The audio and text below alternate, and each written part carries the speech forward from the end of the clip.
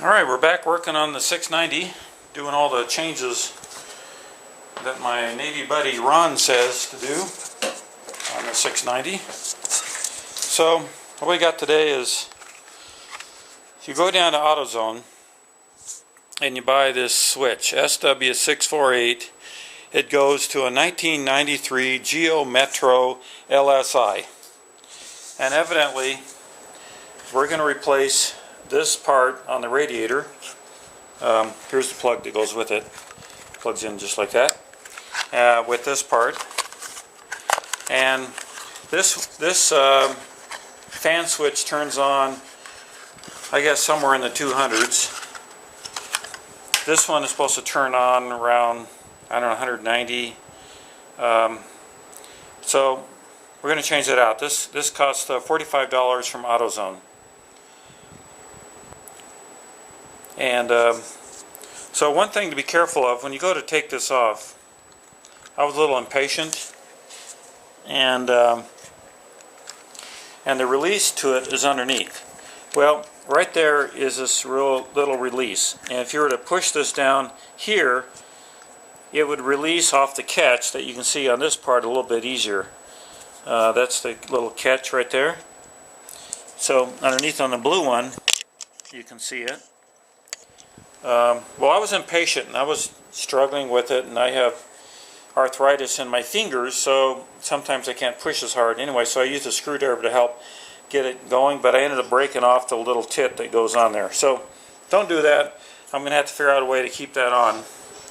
So in the meantime, we're going to go ahead and take this off, and the idea, what my friend Ron says, take this off, and then just as it comes off, immediately throw this one on so you don't lose very much coolant. Then we'll top it off again. So let me get a wrench.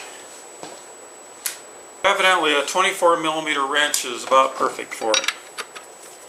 So I don't know how much, hardly any pressure did it take to do this. So I'm pushing in. At the same time I'm not letting it go. Okay, I think I'm fully out right now. And so really quickly I'm going to now put this in there. So I lost a little bit, came out pink. That was a surprise for me.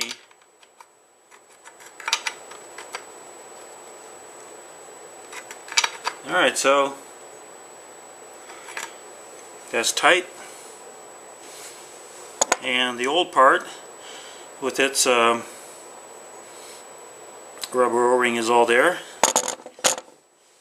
And now it's just a matter of plugging this back in. And what's really nice is, unfortunately, is now where this thing ended up,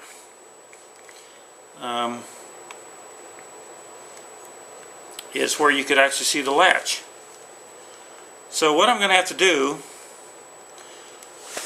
since I was so stupid, I'm going to get me a piece of shrink tubing, and I'm going to shrink it over this to hold this tail end on. Alright, so let's hold off on that for a second. Okay, I got a better idea. I'm going to take this this lock wire. I've had this stuff since 1968 when I used to do motorcycle racing and road racing and everything else like that. Been around forever. So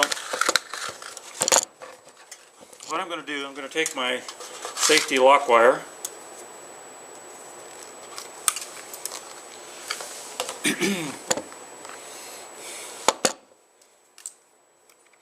take this off for now, and I'm going to wrap it around here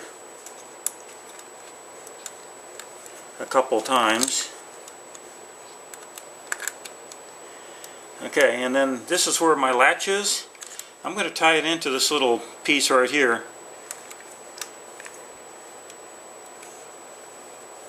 Because it lines up with that flat. Alright, so normally with safety wire, you hold it at a 90-degree angle.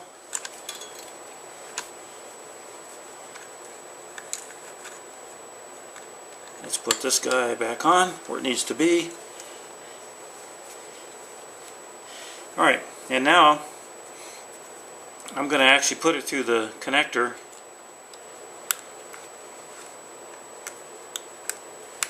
Just like that. I'm a firm believer in safety wire. If you did any road racing, you'd already be aware of how to do this. And again, do it at 90 degrees. You can see now you got this perfect spiral going on there. The connector can't come out now. And we'll cut this off here with a pair of dikes.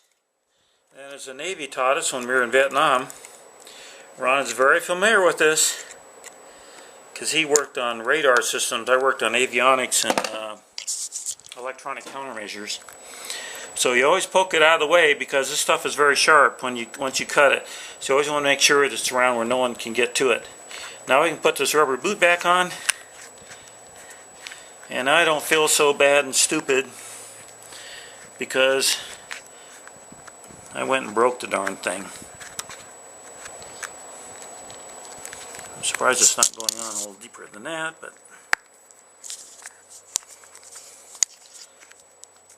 okay. Life is good. Now we'll just have to figure out where they got that red stuff from and top off our radiator. What do we got down in there? I didn't lose too much. Let me get a flashlight. Here's one. I'm changing all the LEDs in the garage, or all the lights in the garage over to LEDs. So I had this one because the garage door, when it came up, it would break the bulb off. So I have to change that into a little slightly different system. Alright, so I got this here flashlight. Put it down there. Look, I still see fluid. So gosh, that's the only amount that hit the floor. So I don't think we lost more than 1/8 of a cup. I just need to figure out what to fill it up with. Now the manual says check the coolant level. I don't know what that means, but here's a little button here that says, so it's got coolant in it somewhere or another, and it looks like it's got some in there. So we assume, where's my light? Let's shine the light on. There we go. Okay, so it's all pinky everywhere. I'll go from the other side.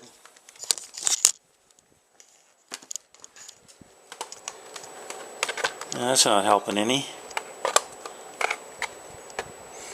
There you go.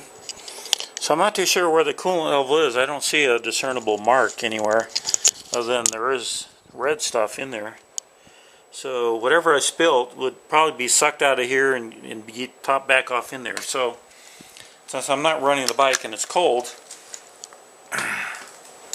what I'm going to do is I'm going to replace what's in here with this stuff. It's called Water Wetter, and it says run up to 20 degrees cooler, and I run this in our Corvette, and it doubles the wetting ability of water, improves heat transfer, reduces cylinder head temperature, reduces rust, corrosion, electrolysis, blah blah blah blah blah. Can be used with all antifreeze coolants, improves the ability of coolant to wet heat, transfers it by 50%, provides significantly better coolant contact in the cylinder head, and can reduce coolant and head temperatures by as much as 20 degrees F. Can be used 100% water in racing, but does not protect magnesium or alter freezing point. So, the reason you have this is when you road race on a track, you can't be dumping antifreeze on the track, and so you're not allowed to have antifreeze. So we run pure water, add a little bit of this to it. So if I already have glycol in there and I add this water and water wetter to it, or with water wetter, I might be able to gain maybe the 50-50, if that's what it was. With water wetter, go down 220 degrees F, might, decrease about 8 ounces. And basically, you use very little of it. It's only 1 ounce, 3 or 4 capfuls per quart, or 1 bottle per automotive cooling system. So it's obviously we don't have an automotive cooling system. So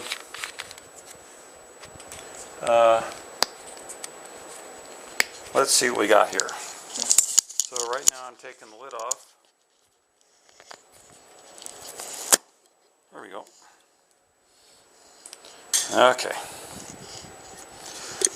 So we didn't use very much, right? Let's see what one cap does. Oops! That's stupid. Let's just pour this in. There we go. That's about 3 or 4 caps. Coolant system's now full, and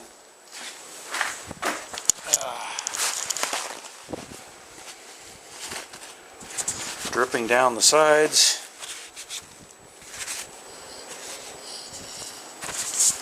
Alright, put the lid back on. So the cap has got a little pivot, so maybe again it's because I'm doing this one-handed stuff.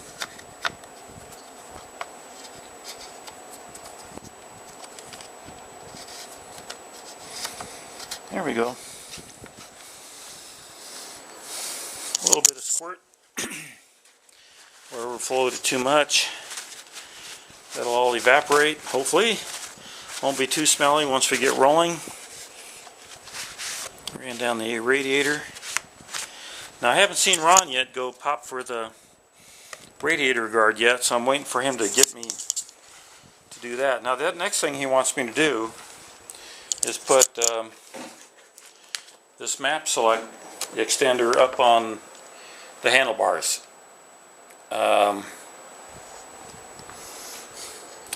So that's $100.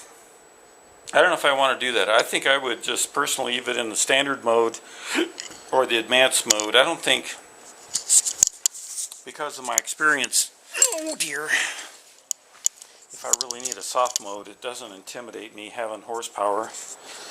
I can control my throttle. So, but you never know. I am welcome to be shamed. So, we just got done changing the radiator. I feel pretty good about this part. And I'm going to think about other places to safety wire that might come loose. I'll study adventurerider.com, see what else they do. Oh gosh, this is really silly on my part. I forgot to put this cap back on.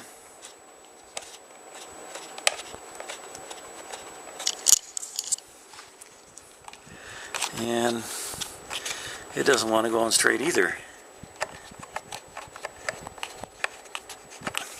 This 690 is just too much like a car, you know?